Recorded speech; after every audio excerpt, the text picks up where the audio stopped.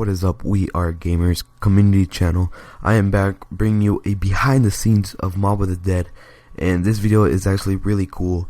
So yeah, hopefully you guys enjoy. Drop a like if you guys enjoyed, and a favorite, you know, if you're into that. If you don't have the time, you know, I totally understand. And if you're new around here, don't forget to subscribe. And so click in the comments what you guys think after this video. It's actually a really good video. And yeah, I'll see you later. Peace.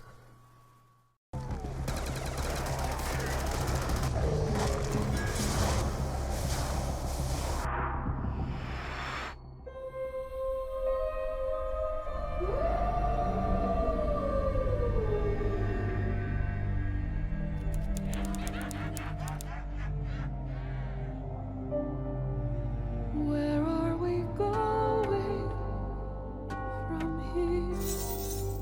Where do we go?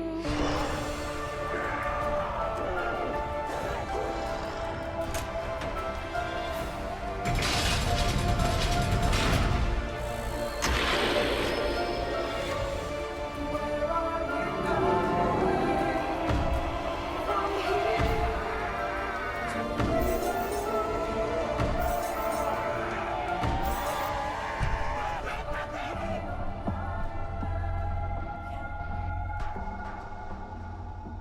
It was a challenge to try and capture something as iconic as Alcatraz.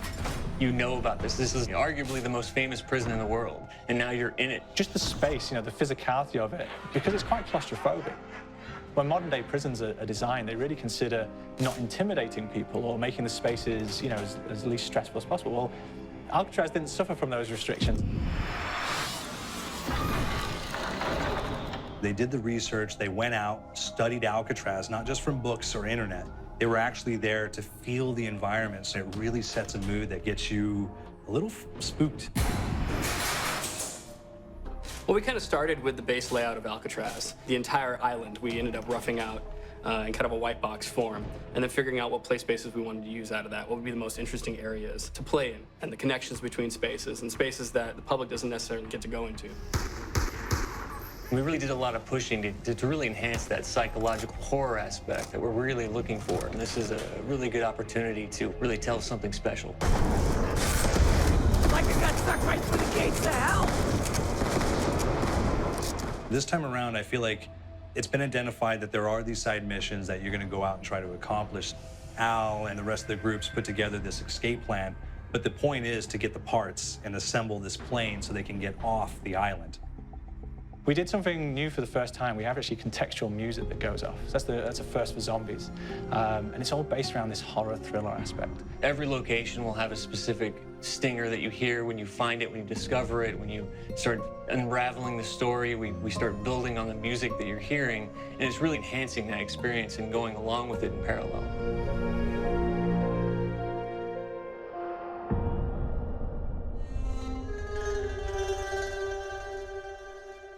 Because we wanted to embrace this kind of horror thriller element, we wanted character actors, guys who could really embody someone and then convey emotion. So that's why we went for guys like Ray Liotta, getting in that kind of guy, you know, we wanted a frantic nature. So he plays a character called Billy Handsome, who's this kind of psychopath who would be employed by the mob to kill people in interesting ways.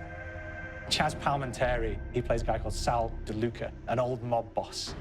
Michael Madsen playing Finn O'Leary. He's kind of worked himself from the floor, you know, from the streets. He's got his hands dirty in the blood and the guts a couple of times. And then we had Joe Pantoliano, and he plays Arthur Arlington, who's nicknamed the Weasel. Those guys, they bring a quality and a subtlety and timing that you can't really identify or try to recreate. Bring it on, dirtbags! You start off in the afterlife mode, and that's just going to be, you know, what's going on. You're going to try to solve the mystery from the second you start. Afterlife, to me, brings a new element, like a new puzzle element.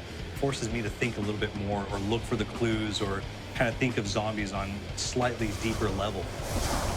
You see clues throughout the map that tell you, ooh, perhaps if I'm in the afterlife, I can interact with this object, or there's some puzzle going on here that I need to be in the afterlife. Back east, I whacked a dirty dentist with one of these. Took forever, too. Alcatraz has a Civil War kind of fort background before it turned into a penitentiary. And so we had this kind of backstory, the idea that the warden would have collected Civil War weaponry. And one of them is a blundergat. It's a fictional weapon, but the idea of the combination between a blunderbuss and a Gatling gun. And possibly, there might be a way of upgrading it to a more fantastical weapon that the players may find. You all gotta go sometime. You just went now. There's one main zombie, one big zombie that's going to come through and wreak havoc on your life.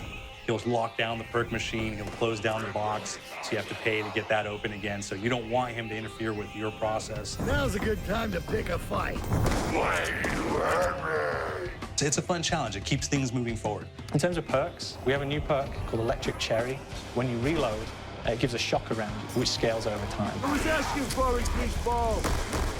There is so much to experience in this map. Every time I play it, there's a new tactic to take, a new experience, a new objective to go for. But there's also this layer of things that we aren't exactly exposing to the players right off the bat and will need to be discovered. Don't let me go.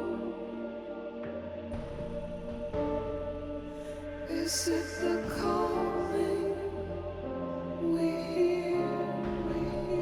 We've got the undead in there, we've got these historical elements, and these fantastic actors all seem to be with peace with each other in this kind of same world. So it's magical, and our team is incredibly excited by it. Is it the calling we hear? How do we know?